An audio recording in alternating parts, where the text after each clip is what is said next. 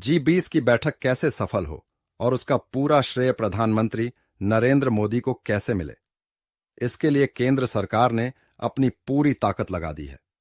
G20 के सफल आयोजन का भरपूर राजनीतिक लाभ लेने के लिए भाजपा ने खास तैयारी की है।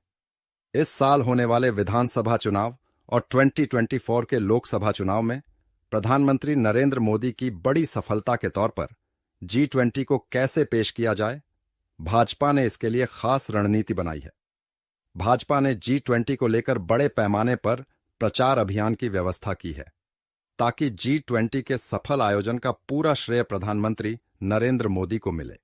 नेताओं से कार्यकर्ताओं तक जिम्मेदारी तय G20 के आयोजन और प्रधानमंत्री की सफलता हर घर तक पहुंचे।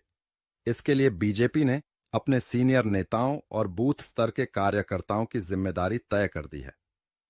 पार्टी ने सभी राज्य इकाइयों को निर्देश जारी कर दिया है कि जब G20 की बैठक दिल्ली में हो, तब सभी जिला मुख्यालय, मंडल केंद्रों और गांव-गांव में इसका लाइव टेलीकास्ट हो, ताकि आम लोग पीएम मोदी की बादशाहत देख सकें।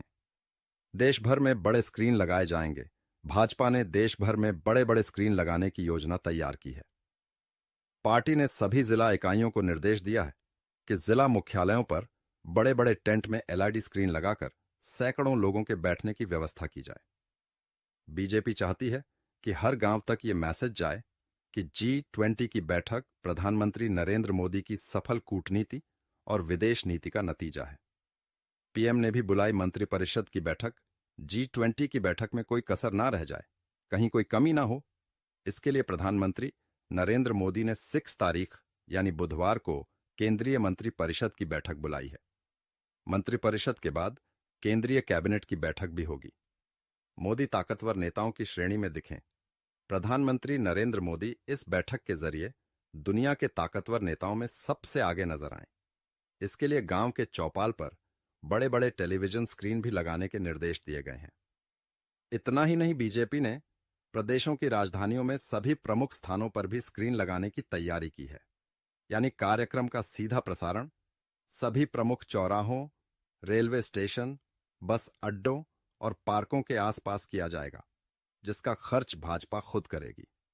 बीजेपी ने देश के सभी प्रमुख अखबारों, क्षेत्रीय भाषाओं के समाचार पत्रों में भी बड़े-बड़े विज्ञापन भी देने की तैयारी की है।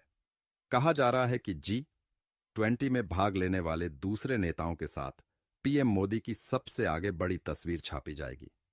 देश के सभी प्रमुख हाईवे और सड़कों के किनारे भाजपा अपने खर्चे से G20 की सफलता के लिए प्रधानमंत्री नरेंद्र मोदी को बधाई देते हुए बड़े-बड़े होर्डिंग और पोस्टर भी लगवाएगी।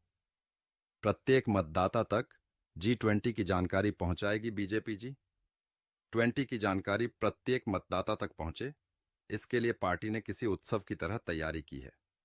यही वजह है कि बूथ लेवल के कार्यकर्ताओं से लेकर केंद्रीय मंत्रियों, सांसदों और विधायकों के साथ अपने सभी वरिष्ठ नेताओं की जिम्मेदारी तय कर पार्टी ने मैदान में उतार दिया है।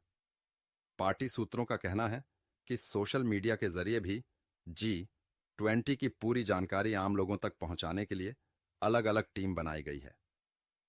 फेसबुक, ट्विटर, यूट्यूब, इंस्टाग्राम पर मोदी को बतौर हीरो पेश करने और मोदी के नेतृत्व में भारत विश्व गुरु बनने की राह पर निकल चुका है, ये बताने के लिए एक भारी भरकम टीम काम में जुट भी गई है। पार्टी सूत्रों का कहना है कि आगे होने वाले विधानसभा चुनाव के प्रचार अभियान में G20 प्रमुख मुद्दा रहेगा और बीजेपी के सभी प्रचार सामग्री पर G20 की तस्वीर और मोदी के सफलता की कहानी छपी होगी। विधानसभा और लोकसभा प्रचार सामग्री पर भी शिखर सम्मेलन की होगी।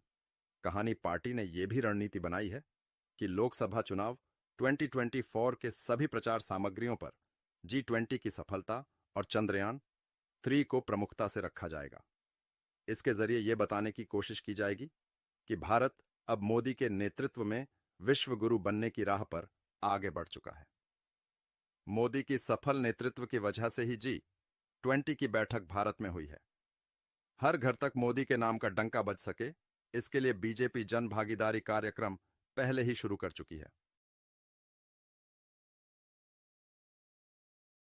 संसद विधानसभा में महिलाओं को जल्द मिलेगा पर्याप्त प्रतिनिधित्व, उपराष्ट्रपति जगदीप धनखड़ का बड़ा बयान। उपराष्ट्रपति जगदीप धनखड़ ने राजस्थान की राजधानी जयपुर में संसद और विधानसभा में महिलाओं के प्रतिनिधित्व पर बड़ा बयान दिया है। उन्होंने कहा कि जल्द ही संविधान में संशोधन के साथ महिलाओं को संसद और राज्य विधानसभाओं में पर्याप्त प्रतिनिधित्व मिलेगा। उपराष्ट्रपति धनखड़ जयपुर में महारानी महाविद्यालय के एक संवाद कार्यक्रम में हिस्सा लेने पहुंचे थे, जहां उन्होंने कहा कि वो दिन दूर नहीं जब महिलाओं को संवैधानिक संशोधन के जरिए संसद और विधानसभाओं में उचित प्रतिनिधित्व मिलेगा। सोमवार को जयपुर में महारानी महाविद्यालय की छात्राओं के साथ राष्ट्र निर्माण में महिलाओं की भागीदारी विषय पर संवाद कार्यक्रम में बोलते हुए उपराष्ट्रपति ने संसद और विधानसभाओं में महिलाओं को पर्याप्त प्रतिनिधित्व देने की बात कही। अपने संबोधन में उपराष्ट्रपति जगदीप धनखड़ ने कहा कि जहां तक संविधान का सवाल है, मैं चाहता हूं कि आप लड़कियां ध्यान दें। पंचायतों और नगर पालिकाओं में सभी चुनावों में लड़कियों और महिलाओं को 1/3 आरक्षण मिलता है। यह आरक्षण बहुत महत्वपूर्ण है। वहीं उन्होंने आगे संकेत देते हुए कहा कि मैं आपको बता सकता हूं कि वह दिन दूर नहीं जब भारत में संसद और राज्य विधानसभाओं में महिलाओं को संविधान में उचित संशोधन के साथ पर्याप्त प्रतिनिधित्व मिलेगा। हम 2047 तक एक वैश्विक शक्ति बन जाएंगे, लेकिन अगर यह आरक्षण जल्दी हो गया तो हम 2047 से पहले ही नंबर 1 हो जाएंगे। इसी के साथ उन्होंने जोर देते हुए कहा कि महिलाओं को राष्ट्र के विकास में योगदान देना होगा, क्योंकि वे इसमें 50% हैं। वहीं छात्राओं को संदेश देते हुए उपराष्ट्रपति ने कहा, कभी भी तनाव में ना रहें। यदि आपके पास कोई अच्छा विचार आता है तो उसे अपने दिमाग में ना रखें, उस पर अमल करें, असफल होने से ना डरें। कोई भी पहली बार चंद्रमा तक पहुंचने में कामयाब नहीं हुआ है। Association on off democratic reforms ADR ने एक रिपोर्ट जारी की है, जिसके अनुसार सत्तारूढ़ भाजपा देश की 8 राष्ट्रीय पार्टियों में सबसे अमीर है। देश की सत्ता पर काबिज भाजपा के पास 2021 to 22 में सबसे अधिक लगभग 6046.81 करोड़ रुपए की संपत्ति है। देश के 8 राष्ट्रीय दलों के पास है कुल कितने रुपए? एडीआर की एक रिपोर्ट के अनुसार देश के 8 राष्ट्रीय राजनीतिक दलों के पास 2021 to 22 में कुल मिलाकर 8829.15 करोड़ रुपए की संपत्ति है। पिछले वित्तीय वर्ष की अपेक्षा इस बार 20.98% बढ़ोतरी हुई है। वहीं इन 8 राष्ट्रीय दलों में सबसे अमीर पार्टी भाजपा है, जिसके पास सबसे अधिक 6046.81 करोड़ रुपए हैं, यानी कुल का 69% भाजपा के पास ही है। जानिए कितनी बड़ी है कुल संपत्ति। एडीआर की एनालिसिस रिपोर्ट के अनुसार 8 राष्ट्रीय दलों की संपत्ति 2020 to 22 में 7297.61 करोड़ रुपये से बढ़कर 8829.15 करोड़ रुपये हो गई।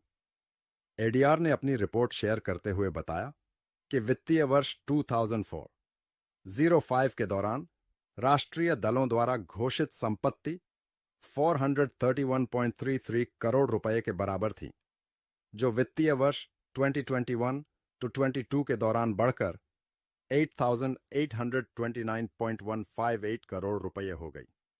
भाजपा के पास है कितने रुपए? देश की सत्तारूढ़ भारतीय जनता पार्टी की बात करें तो 2021 to 22 में भाजपा की संपत्ति 4990.19 करोड़ रुपए से बढ़कर 6046.81 करोड़ रुपए हो गई, यानी 21.17% बढ़ी। जाने दूसरे स्थान पर कौन सा दल है? वहीं मुख्य विपक्षी पार्टी कांग्रेस 691.11 करोड़ रुपए से 805.68 करोड़ रुपए हो गई, यानी 16.58% की वृद्धि के साथ इस सूची में दूसरे स्थान पर रही। बसपा का हुआ बुरा हाल। मायावती की बसपा एकमात्र ऐसी पार्टी है जिसने संपत्ति में निगेटिव ग्रोथ देखने को मिली। इसकी संपत्ति 732.79 करोड़ रुपए से घटकर 690.71 करोड़ रुपए हो गई। बसपा की 5.74% की गिरावट है। जाने अन्य राष्ट्रीय पार्टियों का माली हालत। ममता बनर्जी की तृणमूल कांग्रेस की संपत्ति में भारी वृद्धि हुई है। टीएससी की संपत्ति 182 करोड़ रुपए से बढ़कर 458.10 करोड़ रुपए हो गई, यानी 151.70% की बढ़ोतरी हुई है। सीपीआई एम की संपत्ति 654.79 करोड़ रुपए से बढ़कर 735.77 करोड़ रुपए हो गई।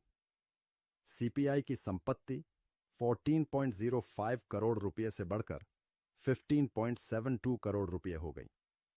शरद पवार की एनसीपी की संपत्ति में 30.93 करोड़ रुपए की बढ़ोतरी दर्ज की गई। आपकी राय हमें कमेंट करके दें और चैनल को सब्सक्राइब करें और अपने मित्रों को लिंक शेयर करें। Link share